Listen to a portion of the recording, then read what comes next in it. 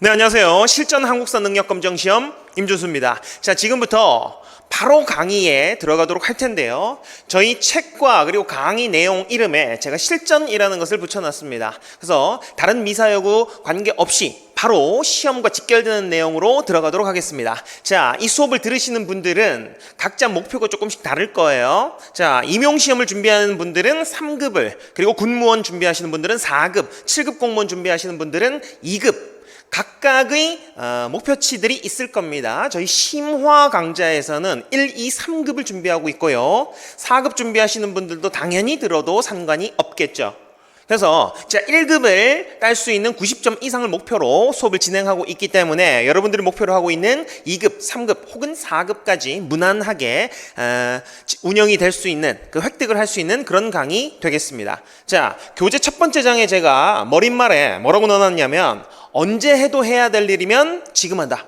언제 해야 돼도 해야 될 일입니다. 여러분들이 원하는 과정까지 도달하기에 필요한 필수 요건이 됐기 때문에 이것을 지금 준비하셔야 됩니다. 그리고 누가 해도 해야 할 일이면 내가 한다. 여러분들이 공부하셔야 되는 거죠. 제가 그 가이드를 제시해 드리도록 하겠습니다. 자, 학원 강의를 듣게 되는 것들, 그리고 온라인 강의를 듣게 되는 거는 이유가 두 가지입니다. 첫 번째는 막막하기 때문에 혼자 공부하기가 지나치게 어려운 시험들이 있어요. 그런 시험은 아닙니다. 명백하게 얘기하지만. 그러나 이것은 50문제를 풀이해야 되고 한국사 전 영역을 다루고 있기 때문에 시간이 꽤나 드는 시험 되겠습니다. 그래서 학원을 다니거나 온라인 강의를 듣게 되는 두 번째 이유, 시간을 단축시킬 수 있다. 그 목표에 100% 부합하는 그런 강의로 준비를 해놨습니다. 같이 한번 따라오시도록 하시죠. 자, 여러분들 목표치는 조금씩 다릅니다. 그래도 수업 진행 방향에 따라서 쫓아오시면 그 목표까지 반드시 도달하리라 확신을 하고 있습니다. 자, 수업 진행 안내 한번 드려보도록 할게요. 기본적으로 내용과 흐름을 파악 쭉 할 겁니다. 왜? 우린 실전이에요. 문제가 모든 문제들은 시기 파악을 바탕으로 풀이를 하게끔 만들어져 있습니다. 그렇기 때문에 내용과 흐름, 선후 관계를 파악하는 것이 첫 번째입니다. 자, 문제가 딱 나왔다. 그러면 이것이 어떤 시기에 대한 내용인가, 그리고 한 국가 내에서도 어떤 왕 때의 일인가, 선후 관계를 따지는 것부터 시작을 하도록 합니다. 그 다음 표를 통한 비교 복습을 할 텐데요. 오답 처리를 어떻게 하게 되느냐, 헷갈리는 매력적인 오답을 어떻게 만들어내느냐, 그것은 사실 확인해서 오답을 내는 것이 아니라 시기에서의 오답을 낼 가능성이 굉장히 높은 시험입니다. 무슨 말이냐? 자, 구석기에 대한 문제가 나왔다 그러면 오답지에서 헷갈릴 수 있는 것들은 신석기겠죠. 저 청동기나 철기는 너무 동떨어져 있단 말이에요. 그런 것처럼 항상 비교를 통해서 복습을 하셔야 돼요. 그래서 저희 교재 구성은 거의 대부분이 표로 구성이 되어 있습니다. 헷갈리는 두 개, 원효가 등장해 있으면은 의상과 비교를 한다, 이황과 이의를 비교를 한다, 선종과 교종을 비교를 한다, 이모군란과 갑신정변을 비교를 한다. 이러한 비교표를 통해서 복습을 하시기 바랍니다. 그게 문제와 직결됩니다. 오답을 걸러낼 수 있다. 그리고 한국사 문제는 계속해서 반복적으로 출제가 됩니다. 문제 은행이 아니라 주제 은행식으로 문제가 나오게 되는 것이죠. 그래서 여러 가지 주제들 중에서 이렇게 돌아가면서 문제가 출제가 되게 됩니다. 그래서 한국사 능력 검정시험 기출문제 풀이해보는 것이 굉장히 중요하다고 할 수 있겠어요. 그래서 저희 교재에는 총 6회 분량의 300문제 기출문제가 실려 있고요. 모의고사 풀이까지 해서 350문제를 여러분들이 풀어보게 될 겁니다.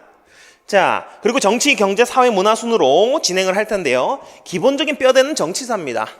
자, 여러 가지 시각이 있을 수 있어요. 역사를 바라보는. 그러나 이 문제가 정치사를 중심으로 출제가 되고 있기 때문에 우리는 정치사 중심으로 해서 뼈대를 세우고 그 이후에 경제, 사회, 문화라는 그 다른 가지들을 뻗쳐나가도록 할 겁니다. 여러분들도 그렇게 공부를 해두시면 될 것 같고요. 자, 우리가 알아야 될 내용들을 한번 살펴보도록 합시다. 우리가 알아야 되는 내용들을 한번 살펴보도록 하시면, 심화 강좌에서 1급은 80점 이상을 획득하셔야 됩니다. 2급은 70점이고요. 3급은 60점이죠. 이런 고민하시는 분들이 있습니다. 여러분들 3급까지 따야 되기 때문에 무조건 심화 강좌를 들으셔야 돼요. 그런데 60점을 목표로 해서 공부를 하시는데 시험 성적을 받아봤더니 90점이야. 그건 또 너무 과하게 공부를 하셨다, 이렇게도 생각해 볼 수가 있거든요. 그래서 여러분들이 목표로 하는 점수대에 맞춰서 문제풀이의 횟수를 조금씩 늘리거나 줄이거나 조절을 하셔야 됩니다. 기본적으로 제 수업은 85점에 맞춰서 진행을 하고 있습니다. 85점. 그래서 85점에 맞춰서 진행을 하고 있기 때문에 1급까지는 무난히 획득할 수 있더라. 자, 흐름 시기 파악하고요. 업적 왕이나 위인들 나오는 사람들이 나옵니다. 그래서 제가 수업 중에 강조하는 인물들을 잘 알아놓으시기 바랍니다. 여러분들 수업 문제풀이 하시다가 이런 생각이 드실 때가 있을 거예요. 실제로 합격 수기 같은 것들 보면 합격자분들이 문제 푸는데 선생님이 수업 중에 얘기하셨던 것들이 떠올랐다. 그럼 무조건 푸는 거예요. 자, 그리고 비교 준거 파악하는 거, 표로 비교하는 거 잊지 마시고요. 사진, 사료, 지도 이런 것들과 무조건 같이 문제가 출제됩니다. 그래서 여러 다양한 사료들을 확인해 보셔야 돼요. 아시겠죠? 그래도 우리에게 버릴 수 있는 약 20점 가량. 그래도 난이도가 좀 높으면 20점 버렸다가는 1급은 놓칠 수가 있기 때문에 저는 85점 수준으로 진행을 하도록 할 겁니다.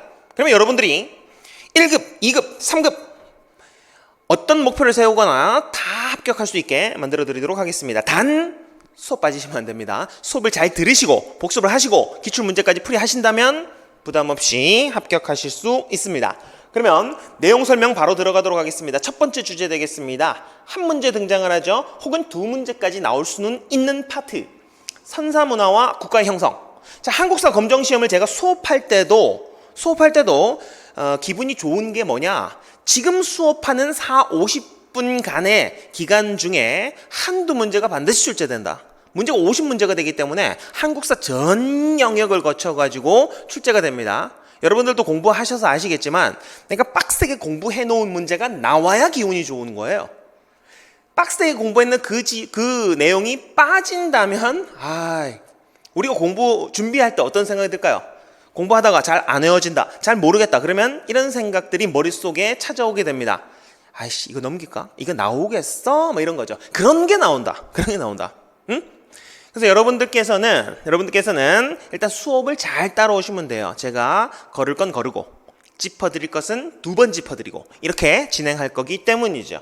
자, 공부하는 보람이 있습니다. 한국사 능력검정시험은. 아시겠죠? 그래서 한 문제 혹은 두 문제를 맞추러 1교시 시작하도록 하겠습니다. 먼저 선사문화 국가의 형성. 자, 요거는 배경 지식으로 알아두셔야 될 거. 선사시대라는 것은 역사 이전 시대라는 뜻입니다. 저희가 누굽니까? 선생 아니겠습니까? 먼저 태어나서 사서오경을 통달해가지고 세상의 이치를 알고 있다. 그래서 가르치는 것만이 티칭이 아니라 교육이 아니라 삶의 모습 하나하나가 학생들에게 가르침을 줄 수 있는 사람이 이게 선생이거든요. 물론 그렇게 될 수 있는 영역까지 도달할 수 있는 사람은 많지 않겠지만 선은 먼저라는 거죠. 역사 이전 시대 그리고 역사 시대 이렇게 크게 구분을 할 수 있습니다. 먼저 선사 시대부터 한번 살펴보도록 할게요. 자, 이 선사 시대는 짐승과 다를 바 없었던 그 시기라고 보시면 돼요. 짐승. 그 짐승들은 어떤 삶을 살았습니까? 생존이 목표죠. 생존. 그래서 먹고 사는 것 자체가 목표라는 거예요. 그래서 얘네들한테 제일 중요한 건 뭐다? 바로 경제활동이다. 먹고 사는 거, 경제활동. 그리고 경제활동을 하게 해주는 그 도구가 굉장히 중요합니다. 도구. 우리는 날카로운 이빨도, 뾰족한 손톱도 이런 것도 없어요. 심지어 털도 많이 없어가지고 굉장히 추위에도 약한 존재가 인간입니다. 걔네들을 그래도 경제활동하고 그래도 먹고 살 수 있게 해주는 것이 바로 도구예요. 도구. 그래서 선사시대는 어떻게 구분을 하느냐. 2개 동그라미 해놓으시죠. 도구와 시기를 한번 나눠보도록 하겠습니다. 먼저 구석기 때는요. 옛날 석기, 옛날 돌을 활용을 했었대요. 근데 이때는 거의 짐승과 같은 삶을 살았었기 때문에 우리 민족의 형성이라고 볼 수는 없습니다. 우리 민족은 언제 형성됐었느냐? 농사 짓기 시작하면서부터 정착을 하거든요. 그래서 얘네들이 우리 민족이라고 할 수 있는 것이고 얘네는 짐승입니다. 자, 약 70만 년 전, 이것은 약 1만 년 전 BC 8000년경 얘기하는데 수치, 뒤에 가서 우리가 외워야 되는 수치들도 나오거든요. 그렇기 때문에 이런 것들은 최소화하겠습니다. 안 보셔도 돼요. 제일 먼저 도구를 어떻게 발견했었느냐? 떼서 썼다. 조각을 떼서 썼다. 정교하게 갈아서 만들거나 이러지 못했었고, 파편이, 뾰족한 파편이 나오면 오, 운 좋네 라는 거죠. 그래서 이 뗀석기라는 석기를 사용했었고, 근데 이게 70만 년이나 되기 때문에 하나의 석기만 계속 사용하진 않았어요. 뗀석기도 처음에는 팍 복불복 그랬다가 나중에 점차 지날수록 어떻게 되느냐? 착착착착착착 깨는 기술도 발달을 해가지고요, 내가 원하는 형태로 깰 수가 있게 되었었다. 그리고 처음에는요, 한 가지 도구로 사냥도 하고, 털하고 피 묻어 있겠죠, 음식도 하고, 지저분하네, 집도 짓고 가죽도 벗기고 이런 활동을 했었다라면, 이제 이 도구가 점차 기능이 분화되기 시작을 했었다. 그것을 뭐라고 표현하느냐, 이 문장을 알아두세요. 석기를 다듬는 수법에 따라서 시기를 나누기도 했다. 왜? 70만 년이나 되니까, 너무 기니까. 뗀석기. 자, 그리고 이때는 채집 경제입니다. 농사를 짓지는 못했어요. 짐승. 그러니까 열매를 다 따먹으면 어떻게 될까요? 이동을 할 수밖에 없겠죠. 이동 생활을 했었더라. 이동을 하면은 그냥 비만 피할 수 있을 정도면 됩니다. 그래서 동굴에서 잤었던 시기가 이때였었고요. 이때는 좀 추워요. 빙하가 아직 다 녹지 않았었던 시기이기 때문에 추운 지역에서는 어떤 애들 살고 있습니까? 등치 큰 애들, 피하 지방 많은 애들이 살고 있단 말이에요. 그래서 얘네들을 잡아먹기는 쉽지 않아. 그래서 무엇을 잡아먹었었느냐? 안 움직이는 애들 있죠? 물 빠져나가면은 붙어있는 따개비나 이런 애들을 잡아먹었었다. 그래서 강가나 바닷가에서 막 지은 막집을 짓고 살았었더라. 자, 동굴 혹은 강가에 막집을 짓고 살았었다. 그리고 이 토기 예술을 보면 그러다가 우연히 사냥에 성공했었던 시기가 있습니다. 그러면 이건 대박 나는 거예요. 등치 큰 애들을 사냥에 성공했다. 그러면 뭐 한 두 달은 먹고 살 걱정이 없다라는 거죠. 그래서 여기 보시면은 사냥을 기원하는 바위 그림이 예술 작품으로서 남아 있었고요. 토기는 뭐 하는 용도냐? 토기는 곡식을 저장하거나 조리하는 도구이기 때문에 얘네들은 먹기 바쁩니다. 토기를 없다라고 그냥 해두시면 됩니다. 토기. 사실상 이거는 깊이 들어가면 이 구석기 때의 토기도 등장을 하긴 하지만 한국사의 영역에서는 그냥 없다라고 볼게요. 우리 시험 범위 내에서는. 실전 한국사 아니겠습니까? 자, 신앙에서 보면 이 짐승 같은 놈들도 내가 사랑하는 가족이나 친척이나 이런 사람이 죽으면 그것을 묻어주고 시신 훼손되지 않게끔 매장을 하는 풍습들이 생겨나기 시작을 했었더라. 짐승이지만 불구하고. 그래서 충북 청원 누르봉 동굴이라는 곳에서 이 5세가량 되는 이 아이 무덤이 발견이 됩니다. 이것을 발견한 사람의 이름이 김흥수 씨라서 흥수아이라는 이름이 붙어있는 이 흥수아이 무덤. 여기 부분 보니까 옆에서 꽃가루가 화석화되어 남아있었더라. 아하, 구석기의 이 짐승 같은 놈들도 사후 세계를 인식하고 있었구나 라는 것을 생각해 볼 수 있더라. 자, 구석기 내용들이었습니다. 제일 중요한 것은 뭐다? 채집 경제를 통해서 이동 생활을 했었다. 이동 생활. 자, 빙하가 아직 녹지 않았었기 때문에 여기가 거의 육지예요. 여기가 거의 육지고, 우리 여기 한반도에서 살고 있었던 구석기인들은 이동생활을 합니다. 이동생활. 그래서 얘네들이 중국에서 왔는지 아니면 우리나라에서 있다가 중국 갔는지도 불분명해요.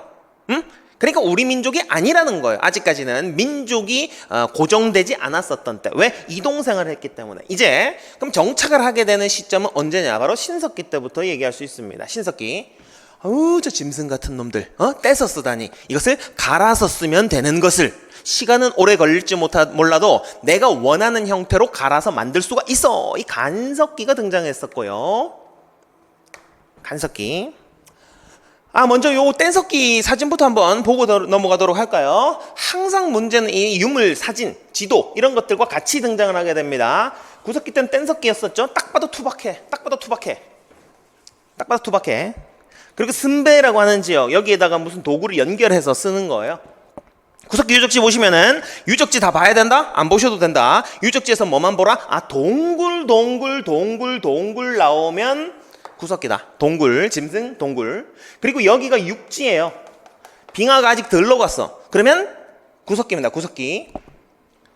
자, 신석기 때는 간석기를 사용했었고요. 간석기는 보시면 이게 이 두루봉 동굴에 있었던 이 흥수아이 무덤이었었고, 자, 구석기와 신석기 사이에 어떤 시기가 도래하게 되느냐? 이 중석기라는 시기가 도래하게 됩니다. 중간석기 시기. 구석기와 신석기 사이. 아까 빙하가 덜 녹았다 그랬었죠? 이때는 날이 따뜻해져가지고 빙하가 녹습니다. 따뜻해졌어요. 따뜻하면 어떤 애들이 자라나나요? 몸집이 좀 적은 애들도 잘 먹고 잘 살 수가 있어요. 그래서 토끼나 다람쥐 이런 작은 짐승들이 생겨나는데 얘네는 대신 빨라. 그래서 사냥이 쉽지 않더라. 빠른 짐승들이 나타났었기 때문에 멀리서 화살을 쏘거나 창을 던져야 돼요. 그 끝에 붙이는 석기를 잔석기라고 얘기를 합니다. 중석기 시대. 중석기는 이 잔석기만 보도록 하겠습니다. 간빙기라고 하는 것은 빙하가 녹는 시기. 따뜻해졌다. 그래서 잔석기를 사용했었다. 자잘한 석기. 구석기, 신석기 사이에 있었고요. 신석기 보겠습니다. 신석기는 갈아서 만들었다 그랬었죠. 그리고 가락바퀴와 뼈바늘 같은 것들을 사용했어요. 가락바퀴와 뼈바늘은 실을 짜는 도구예요. 실을 짜가지고 어떻게 옷감이나 그물을 제작했었더라. 옷감이나 그물을 제작했었더라. 자, 이때 핵심이 되는 것은 바로 농사가 시작됐다라는 거고요. 여러분 논 본 적 있죠? 논을 보면 물에 잠겨 있어요. 그래서 저수지가 있어야 돼. 수리시설을 만들 수가 있어야 돼요. 그러려면 내 밑으로 다 모여라, 저수지를 만들겠다 하는 지도자가 등장하라고 기술도 많이 뛰어나야 되기 때문에 시기가 조금 더 뒤로 가야 됩니다. 그럼 이때는 농사, 그냥 씨만 뿌려놓어도 잘 자라는, 저수지 없어도 씨만 뿌려도 잘 자라는 애들, 조피수수 같은 애들이 있었어요. 우리의 주식이 지금 뭡니까? 벼농사죠. 벼농사. 쌀이죠. 쌀. 그래서 이때 벼농사는 아직 이루어지지 못했던 시기다. 핵심은 벼농사입니다. 벼농사. 농사는 시작됐는데 조피수수 같은 원시농경만 이루어졌을 뿐 벼농사는 이루어지지 못했다. 그래도 씨 뿌려놨으니까 어디 갈 수는 없죠. 정착을 해야죠. 정착생활. 이것이 가장 큰 차이입니다. 구석기와 신석기의 가장 큰 차이. 이동 그리고 정착. 그런데 아직까지도 벼농사를 짓지 못했었기 때문에, 자, 화살표 연계를 잘 해보세요. 그래야지 이것이 논리적인 구조가 완성이 되는 겁니다. 벼농사를 짓지 못했었기 때문에 여전히 사냥에 의존을 많이 했었다. 그래서 강가나 바닷가에 움집이라는 형태의 집을 짓기 시작을 했었더라. 강가의 바닷가. 그러면 물고기 많이 잡아먹었다는 얘기죠. 그럼 물고기는 낚시를 했을까요? 아니면은 투망 같은 것들 던져가지고 그물을 던져가지고 대량으로 잡았을까요? 당연히 그물을 던졌겠죠. 그래서 강가나 바닷가에 살기 때문에 이 옷감이나 그물을 제작했었다. 이것과도 연관이 되어 있겠죠. 그리고 농사를 짓고 곡식들을 조리해 먹기 시작하면서 토기가 등장하기 시작을 합니다. 이 토기 중에서 가장 중요한 빗살무늬 토기가 있었죠. 이 빗살무늬 토기는 바닥이 어떻게 되어 있습니까?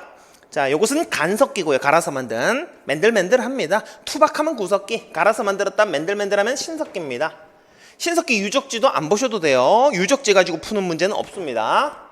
자, 이 가락바퀴 같은 경우 보시면은 실자는 도구, 세트가 가락바퀴 뼈도구. 여기에 장대를 꽂아놓고 여기다가 실을 꼬아 넣는 그런 도구입니다. 그리고 빗살무늬 토기 보면은 바닥이 뾰족하게 되어 있죠? 뾰족하게 되어 있다. 이것은 얘네가 여전히 물고기 많이 잡아먹었기 때문에 강가나 바닷가 모래사장이 있는 지역이에요. 그래서 푹 박아놓기 쉽게 만들기 위해서 바닥이 뾰족하다. 그리고 토기를 굽는 과정 중에서 깨지는 확률을 줄이기 위해서 이러한 빗살 무늬를 넣어놨었더라. 이런 민무늬 형태도 있었고요. 자, 그러면 토기가 등장을 했었다. 빗살무늬 토기, 여기 신석기 때였었고요. 농사가 본격적으로 지어지기 시작했기 때문에, 자, 지금 우리는 조상님을 숭배해야 된다라고 들어왔기 때문에 조상님을 숭배합니다. 사실상 할아버지한테 유산 많이 받았다 그러면 우러나올 수는 있어요. 근데 그렇지 않은 경우가 더 많죠. 근데 신석기 때는 진짜 우러나와가지고 조상을 숭배한다니까요. 왜요? 나한테 농사 기술을 가르쳐주고 물고기 잡는 기술을 가르쳐줬던 사람이 우리 조상님이기 때문에 조상 숭배 신앙이 자연스럽게 생겨납니다. 또한 농사를 짓기 시작을 하면 모든 것에 감사해야 돼요. 자연에 감사해야 됩니다. 자연에 해가 뜸에 감사하고 비가 내림에 감사해야 돼요. 그 모든 것들의 정령이 깃들어 있다. 이 애니미즘이라고 하는 정령 신앙이 등장했더라. 정령. 그리고 그 정령들 중에서 우리 삶에 가장 많이 영향을 미친 애들은 누굽니까? 옆집에 누구 잡아먹혔대. 저는 잡아먹지 말아주세요. 하는 그 원시신앙 중에서도 동식물, 특히 동물, 이것이 바로 토테미즘 되겠습니다. 동식물을 숭상하다. 그리고 하늘과 땅을 연결하는 존재가 무당할 때 무예요. 하늘과 땅을 연결하는 사람. 이게 무당할 때 그 무자거든요. 무. 당은 그냥 이거예요. 당꼴레. 그래서 이거는 무당을 얘기합니다. 하늘과 땅을 연결하는 그 무당의 존재를 믿게 되는 샤머니즘이 등장하게 되었었더라. 그래서 우리나라 최초의 무당이 당군이다. 당군이 당꼴레, 단군의 기원이다. 뭐 이런 설도 있죠. 그래서 무당, 샤머니즘을 믿게 되는 것. 이런 것들이 원시 신앙인데 이 신석기 때 등장하기 시작했었더라. 왜? 농사 지어야 되니까. 태양 정령이시여, 비의 정령이시여, 이런 것들이 생겨나기 시작을 했었다라는 겁니다. 자, 그런데 여기서 검정시험의 특징, 문제 특징 한 가지 말씀드리고 시작하도록 하겠습니다. 자, 한국사 능력 검정시험은요, 보세요. 시기를 구분하는 문제가 대부분입니다. 뭔 말이냐? 구속기 유물 몇 개 주고 나서 여기에 해당되는 거 찾는 문제예요. 어떤 문제가 안 나오냐면 그 지문이 맞냐 그르냐를 판단하는 문제는 나오지 않아요. 예를 들어서 자, 신석기 때에 대한 설명으로 옳은 것은 혹은 옳지 않은 것은 동식물을 숭상하는 샤머니즘이 나타났다. 이 문제는 오답이야. 샤머니즘은 무당이야. 이렇게 푸는 문제가 안 나온다니까요. 그렇게 푸는 문제는 공무원 시험에서의 문제예요. 아시겠죠? 그래서 보기는 다 맞는 내용이에요. 그 보기가 주어진 사료와 부합하느냐를 찾는 겁니다. 이해됐나요? 그래서 뭐다? 토테미즘이 무당인가? 이런 고민 안 해도 돼요. 이해됐죠? 그냥 토테미즘이 신석기 때 나왔다라는 것만 알면 된다고요. 이해됐습니까? 자, 제가 샤먼입니다. 샤먼. 무당이에요. 근데 일반 무당이 여러분들하고 똑같은 모습을 하고 돌아다니면은 무당틱하지가 않잖아요. 그래서 이 사람들이 썼을 걸로 추정하는 장신구들이 등장을 합니다. 그것이 바로 조개껍데기 가면, 대왕 조개껍데기 가면과 치렁치렁 칠해거리가 있습니다. 자, 이런 것들은 샤먼이 썼다라고 생각해 놓으면 편리하겠죠. 요거 뼈도구, 그리고 이 칠해거리라는 장신구들, 이런 것들은 신석기 때입니다. 시기 구분이 중요하다. 그리고 하나만 또 추가해 놓을까요? 구석기와 신석기의 공통점이 있습니다. 구석기와 신석기의 공통점, 무슨 공통점이 있느냐? 둘 다 계급이 발생하지 않았어요. 아직 계급이 없는 평등사회입니다. 아직까지는. 자, 여러분 식사하고 오셨나요? 식사. 점심이든 저녁이든 식사하실 때 항상 이런 생각하세요. 쌀밥을 드실 때, 쌀밥이나 쌀국수 드실 때, 쌀을 먹기 시작하면서부터 계급이 발생했구나. 응? 쌀. 왜냐면 쌀을 수확하기 위해서는 벼농사를 지어야 됩니다. 벼농사를 짓기 위해서는 저수지가 있어야 돼요. 그 저수지를 축조하기 위해서는 기술도 있어야 되지만 큰 세력을 가지고 있는 지도자가 필요하다라는 거죠. 내 밑으로 다 모여라. 이해됐나요? 그래서 이 벼농사와 계급이 붙어있다. 신석기 아까 조피수수만 농사 지었을 뿐 벼농사는 못 지었죠? 여전히 평등사회입니다. 둘의 공통점은 계급이 없는 평등사회였다. 자, 그 다음 계속해서 청동기와 초기 철기 모습들 한번 살펴보도록 하겠습니다. 청동기. 사실 엄밀하게 얘기하면 청동기는 선사시대는 아닙니다. 왜? 청동기 때부터 이제 문자에 의한 기록이 등장하기 시작하기 때문이죠. 응? 자, 이 청동기 한번 살펴보도록 할게요. 청동은 구리하고 주석의 합금이에요. 그래서 굉장히 이것은 구하기가 어려워요. 귀하다. 그리고 이 청동은요, 입으로 이렇게 물면은 자국이 날 정도로 굉장히 좀 무른 금속이에요. 단단하지 않고 무르다. 청동은 귀하고 무르다. 반면 철은 굉장히 매장량이 많죠? 많다 플러스 그리고 단단하다. 그러면 청동기 때 청동기는 아무나 사용할 수 없다라는 얘기예요. 귀하고 무르기 때문에 이 청동기를 통해서 무기나 제사용 도구로 사용했었더라. 주로 지배자들이. 무기는 안 단단하다면서 대신 날카롭잖아요. 뾰족하잖아요. 찔러서 죽일 수 있고 베서 죽일 수 있더라. 그 제사용으로 사용했었고, 그러면 농사는 뭐로 지었었느냐? 이것도 굉장히 중요한 내용이죠. 간석기로 여전히 지었다. 간석기는 신석기 아닌가요? 신석기 때 쓰던 방식들을 보다 정교하게 만들어가지고 이때 썼어요. 반달돌칼. 이러한 형태의 반달돌칼이 등장하면 청동기입니다. 청동기. 그리고 이 비파형 동검이라고 하는 중국 악기 비파를 닮아 있는 이 비파형 동검이 등장을 하면 이건 청동기입니다. 당연히. 근데 농사는 못 지어요. 청동으로는 너무 귀하고 무르기 때문에 농사는 여전히 돌로 지었다. 갑자기 뗀석기 등장하면 안 됩니다. 무조건 반달돌칼. 그리고 이것은 우리나라의 특징을 보여줘요. 중국에서는 등장하지 않습니다. 중국은 이것이 일체형으로 돼 있어요. 손잡이까지. 근데 우리식 이 한반도 스타일의 요 형태는 손잡이를 탈부착하게끔 되어 있어요. 중국 악기 비파를 닮아 있지만 모양은 이 형식은 꼬다리를 보면서 얘기를 하는 겁니다. 탈부착식. 이것이 우리 스타일이다.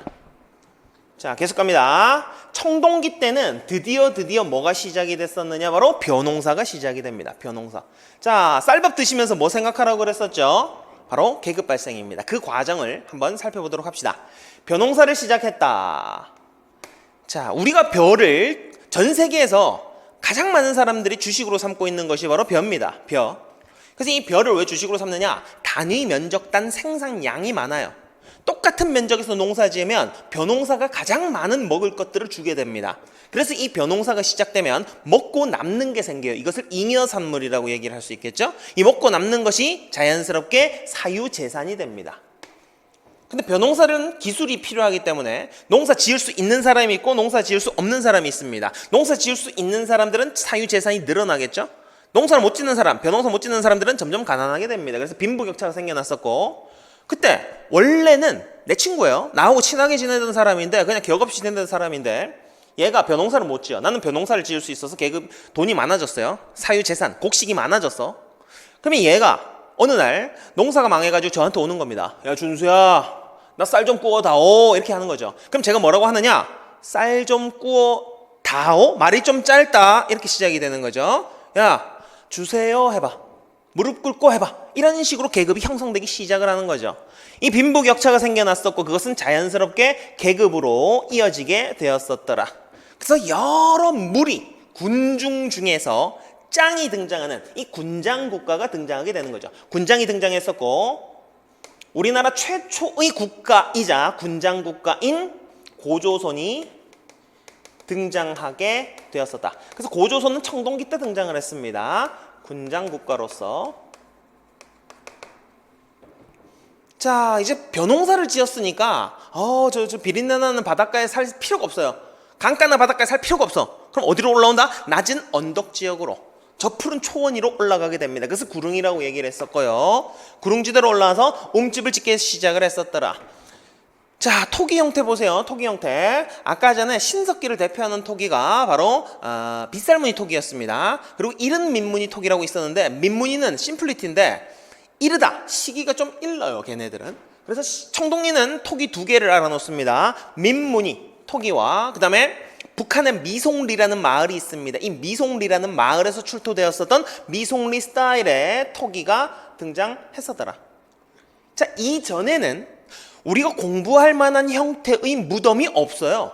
흥수아이 무덤은요, 그거는 구석기 때죠. 그것은 무덤 형태를 공부한 것이 아니라 그 무덤 옆에 뿌려져 있었던 꽃가루를 통해서 사후 세계를 얘네들도 인정하고 있었다, 인식하고 있었다, 요 정도를 살펴봤었던 겁니다. 그럼 이때는 뭘 살펴봐야 되느냐?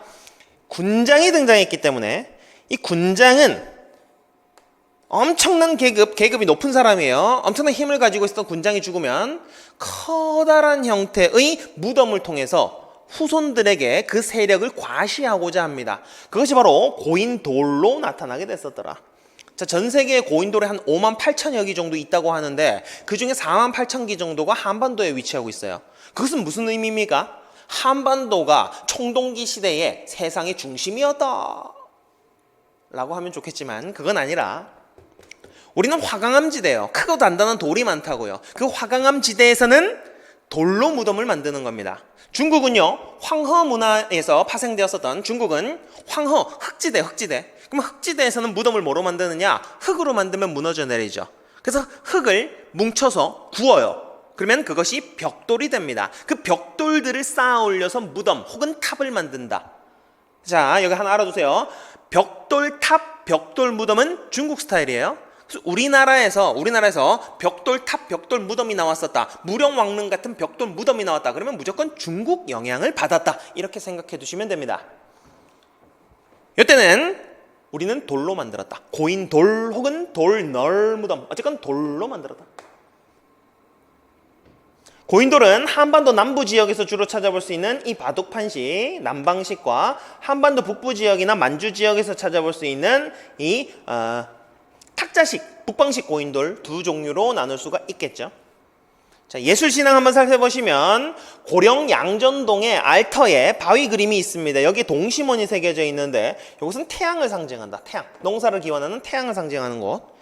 그리고 최초의 국가인 고조선의 지도자는 당군조선이에요. 아까 제가 뭐라 그랬죠? 당은 무당이다. 단군은 당군이다. 당군은 제사장을 의미하고 왕검은 정치 지도자를 얘기합니다.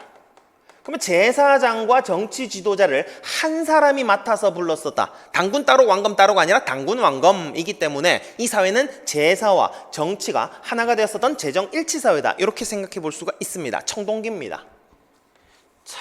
청동기 유물들 한번 다시 살펴보도록 할까요? 청동기의 핵심은 농사는 간석기로 지었다. 반달돌칼. 이거는 비파형 동검이더라. 그리고 철기로 신석기와 청동기 집터 비교도 한번 해보도록 할까요? 신석기와 청동기. 신석기 때도 움집이고 청동기 때도 움집이었죠. 구석기 때는 동굴 혹은 막집. 여기는 강가나 바닷가입니다. 왜? 벼농사를 못 지었기 때문에 물고기를 더 많이 먹었어요. 이제 벼농사 짓기 시작하면 구릉, 언덕으로 올라왔었더라. 자, 신석기 때는요, 이게 사람 사는 거예요. 처음 우리가 집을 구하게 되면 가서 뭐 하느냐? 뜨거운 물이 나오는지 틀어봅니다. 보일러가 잘 작동되는지 틀어봐요. 그러니까 보온이 가장 중요했었던, 보온을 중시했었던 신석기 때. 그리고 돈 좀 벌었다 싶으면 이제 뭐라고 하느냐? 이 집보다 조금 넓은 집 없습니까? 라고 활동 공간을 중시하게 돼요. 그 활동 공간을 중시했었던 시기가 바로 청동기 되겠습니다. 활동 공간 청동기. 그러면 따뜻하기 위해서는 어떻게 해야 될까요? 땅 파고 들어가면 따뜻하죠. 반지하.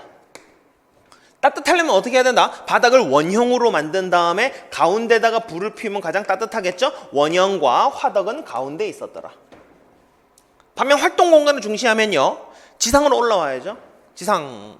그 다음에 우리가 지금 거주하는 공간들이 거의 대부분 직사각형 형태인 이유는 뭡니까? 이것이 공간 활용에 가장 유리한 형태이기 때문에 직사각형입니다. 그리고 반지하가 아니라 화덕은 한쪽 가운데 화덕이 있으면은 활동 공간에 제약이 많잖아요. 그래서 이것이 한쪽 벽면으로 이동하게 되었었더라. 활동 공간입니다. 다 활동 공간을 확보하기 위해서. 활동 공간. 저장 구덩이 한번 봅시다. 저장을 하는 그 사냥 도구나 아니면 조리 도구나 토기 같은 것들을 저장하는 공간. 이게 집 밖에 있으면 어떻게 돼요? 멀리 있으면 들락날락하면서 열 손실이 많겠죠. 그래서 집 안이나 아니면 문 바로 옆에 있었더라. 이것은 따로 설치했었고 이제 공동 작업장, 마을 공동 작업장 같은 것들도 생겨났었던 이 청동기 모습들입니다. 사진 한번 살펴볼까요? 원형이죠. 계단 2개 정도 내려옵니다. 반지하예요. 이제 그리고 화덕은 가운데 있죠. 그리고 직사각형 형태의 지상으로 올라온 모습을 살펴볼 수 있는 청동기 움집터 되겠습니다. 자, 철기 한번 살펴볼까요? 철기. 여기 토기도 보시죠? 청동기 때 토기도 한번 보시면 2개 알아놓으라고 했습니다. 민무늬 토기고요. 미송리식 토기입니다. 구분하는 거는 미송리식 토기는 여기 양옆에 손잡이가 있고 그 다음에 주둥이가 벌어져 있는 형태. 이것이 미송리식 토기입니다. 청동기. 그냥 원래 미송리는 북한의 마을인데 그냥 편의상 고조선의 마을 이렇게 알아놓읍시다. 고조선의 미송리라는 마을에서 출토됐다. 그러면 청동기네. 고조선 청동기 국가니까요. 그리고 무늬가 없는 민무늬. 자, 돌로 무덤을 만들었었다. 고인돌. 이것은 남방형입니까? 북방형입니까? 북방형 고인돌. 돌널무덤. 널이라는 것은 널빤지예요. 널빤지. 돌널이라는 것은 크고 단단한 돌. 깔고 돌 세우고 돌을 덮는 형태. 돌널무덤. 어쨌건 돌로 만들었다. 이렇게 알아놓으시죠. 청동기. 구석기 신석기의 무덤은요. 무덤 형태 없음. 왜? 계급이 없기 때문에. 청동기 때 암각화 보시면 이 울주반구대 암각화인데 요거는 지금 시점이 좀 불분명해요. 여기 지금 논란 중이기 때문에 요거 가지고 문제 푸는 건 없습니다. 그리고 고려는 알터 양전동 바위 여기에 이런 게 있죠. 동심원. 농사를 기원한다. 이런 청동기 때로 보시면 되겠고요. 이제 철기 때 간단한 내용 살펴볼 텐데요. 왜 간단한 내용이라고 하냐면 철기는 간단한 내용 여기서 살펴보고 세분화되는 국가별 내용은 요 다음 시간에 살펴보도록 하겠습니다. 철은 아까 제가 특징 두 가지 뭐라고 했었죠? 단단하고 매장량이 많다. 그래서 무기로도 쓸 수 있고 농기구로도 쓸 수 있어요. 자, 농기구로 사용을 하게 되면 수확량이 늘어나겠죠. 잘 사는 나라가 생겨났었다. 그리고 철제 무기를 사용하게 되면 싸움 잘하는 나라가 생겨났었다. 이 싸움 잘하는 나라가 잘 사는 나라를 흡수하게 되겠죠. 그러면 국가 형태가 점점 커지기 시작하는 거예요. 원래는 마을 부족 단위였었는데 이제는 국가들이 생겨났다고요. 여러 국가들이 등장하게 되었었더라. 자, 정복전쟁이 활발하게 일어났다는 얘기겠죠. 마을을 병합해가지고 큰 나라들이 생겨났었다. 그것이 처음에는 군장 국가로 시작을 했었고 이것이 고조선 되겠죠. 고조선 아까 청동기 때 등장했었던 고조선이 이때까지 이어졌었고 그리고 이제 왕이라고 하는 보다 세력이 강한 정치 지도자가 등장하기도 했었더라. 나머지는 뒤에 가서 살펴보도록 하겠습니다. 주거만 좀 살펴볼까요? 동해에서 있었던 철자형 집터와 려자형 집터가 있어요. 이건 외워두셔야 됩니다. 이거 철자예요. 철자. 원룸인데 뭐 아궁이 형태가 조금 빠져나왔나 이렇게 볼 수 있는. 그다음 궁려자형 집터. 이것은 뭐 투룸 시스템으로 볼 수도 있고 아니면은 조리 공간이 조금 더 빠져나왔다 밖으로 이렇게도 볼 수 있는 형태. 동해입니다. 그리고 삼한에 귀틀집이라고 하는 통나무 집들이 등장을 하기 시작을 했었고요. 이때는 특징적인 거는 자, 철기 때는 검은 간토기 그리고 덧띠토기 이런 것들이 있긴 한데요. 우리가 외울 것들은 최소화하는 게 좋기 때문에 신석기 빗살무늬 그리고 청동기 민무늬와 미송리토기 미송리시토기 여기에 반대되는 것들로서 그냥 알아놓으시죠. 검은 간토기 사실은 청동기 때 붉은 간토기가 있고 여기 검은 간토기가 있어요. 이런 것들은 그냥 조작적 정의로 그냥 알아놓습니다. 청동기 때는 빨갛게 타올랐다가 화력이 좀 약했나 봐요. 철기 때는 화력이 세져가지고 검게 토기가 바뀌었다. 검은색 점토를 사용했었다. 덧띠토기 그것은 주둥이 부위 주위에 띠를 두른 형태. 이따가 한번 사진 살펴보고요. 근데 핵심적으로 알아놓지 말고 요거와 반대되는 거. 핵심적으로는 3개 얘기했습니다. 토기. 그리고 돌로 만들 시기는 청동기예요. 아우 저거 무식해. 이제 무덤을 보다 효율적으로 만든다. 널로 만들기 시작을 해요. 평평한 나무로 널무덤. 그리고 장독 2개 연결해 놓는 동무덤 형태가 등장하기 시작을 했었더라. 나머지는 여기는 됐고요. 2개를 더 보도록 하겠습니다. 2개. 자, 여러분들도 임용시험 준비하시는 분들 고등학교 현장에 가보시면 고3들 중심으로 뭐가 유행을 하고 있느냐? 바로 투지폰이 유행을 하고 있습니다. 투지폰. 왜? 지들 자제력을 못 믿는 거죠. 응? 그러니까 인터넷 안 되는 투지폰, 문자하고 전화만 되는 투지폰으로 바꿔요. 무슨 말이냐? 철기가 됐다 그래서 청동기를 다 폐기 처분하는 건 아닙니다.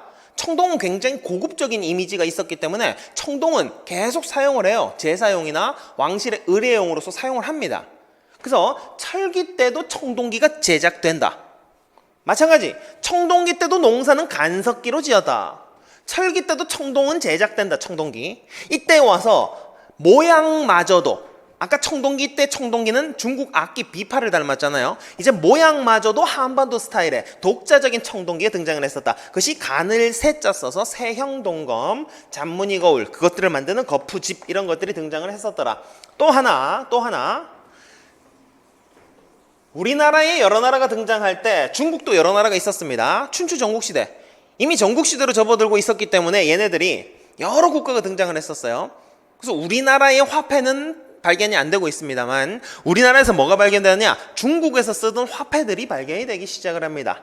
명도전이나 오수전이나 반량전, 그러니까 춘추 전국 시대나 한나, 진나라, 한나라 때 쓰던 중국 화폐예요. 구분 안 해도 됩니다. 중국 화폐가 등장을 했었더라. 이것이 중국 화폐. 그리고 경남 창원 다호리에서 발견됐었던 이 붓이 있습니다. 붓을 왜 쓸까요? 한자라는 글을 쓰기 위해서 이것을 사용을 했었겠죠. 그러면 한자를 썼다, 중국 화폐를 썼다, 그것은 중국과 교역의 흔적이더라. 언제요? 철기 때입니다. 요거 잘못됐네요. 철기 때 중국과 교역의 흔적, 이런 것들이 있었더라. 중국 화폐, 붓, 이것은 철기 때 중국과 교역했던 근거입니다. 자, 비교를 다시 한번 해보도록 하죠. 청동기 때 토기는 두 개 알아놓으라 그랬습니다. 손잡이 있고 주둥이 벌어져 있는 미송리 스타일의 토기, 미송리식 토기, 그리고 민무늬 토기, 붉은 간 토기. 철기 때는 빨간 게 까맣게 탔다, 검은 간 토기, 그리고 주둥이에 띠를 둘렀다, 더띠 토기. 무덤, 아우 무식하게 돌로 만들었네. 계급이 처음으로 생겨났으니까요. 고인돌과 돌 널무덤. 철기 때는 나무 널무덤과 그 다음에 장독 두 개 연결해 놓은 독무덤이 등장했었더라. 자, 청동기 때 청동기는 모양이 중국 악기를 닮았어요. 비파를 닮아있다. 비파형 동검. 이건 청동기 때 청동기. 근데 철기 때 청동기는 한반도의 독자적인 형태죠. 굉장히 세련되고 가늘게 바뀌었다. 가는 거. 이거는 철기 때 청동기. 거친 무늬 거울. 무늬가 굉장히 거칠어요. 이 무늬가 거친 거친 무늬 거울. 이것은 청동기 때 제작된 청동기예요. 이 잔무늬 거울은 여기 굉장히 자잘한 무늬들이 들어가 있습니다. 지금 잘 보이진 않는데 자잘한 무늬들이 막 들어가 있어요. 자잘한 무늬들이 정교하게 들어가 있다. 그래서 이것은 철기 때 제작되었었던 청동기다. 자, 그리고 이런 것들을 제작하는 틀이 되는 것은 거푸집이라고 부르는 것들입니다. 자, 지금 네 가지 시기를 구분해 봤습니다. 선사시대라고 할 수 있는 구석기, 그리고 신석기. 공통점은 계급 발생하지 않았었다. 차이점 굉장히 중요한 것은 뗀석기, 간석기, 그리고 농사를 시작하지 않았고 신석기 때부터 농사를 시작했다. 그를 통해서 정착이 이루어졌다. 청동기 때는 핵심이 되는 것이 바로 벼농사였습니다. 벼농사를 중심으로 해서 알아놓으시기 바랍니다. 사유재산이 생겼고 계급이 발생했다. 최초의 군장, 고조선도 청동기. 청동기 때 청동기가 있었고 철기 때 제작된 청동기가 있었더라. 철기 때는 여러 나라들이 등장해서 중국과 교역을 하기도 했다. 근거는 중국 화폐, 그리고 붓이 발견되었다. 자, 이렇게 해서 한 문제 혹은 두 문제를 맞추고 2교시로 넘어가도록 하겠습니다.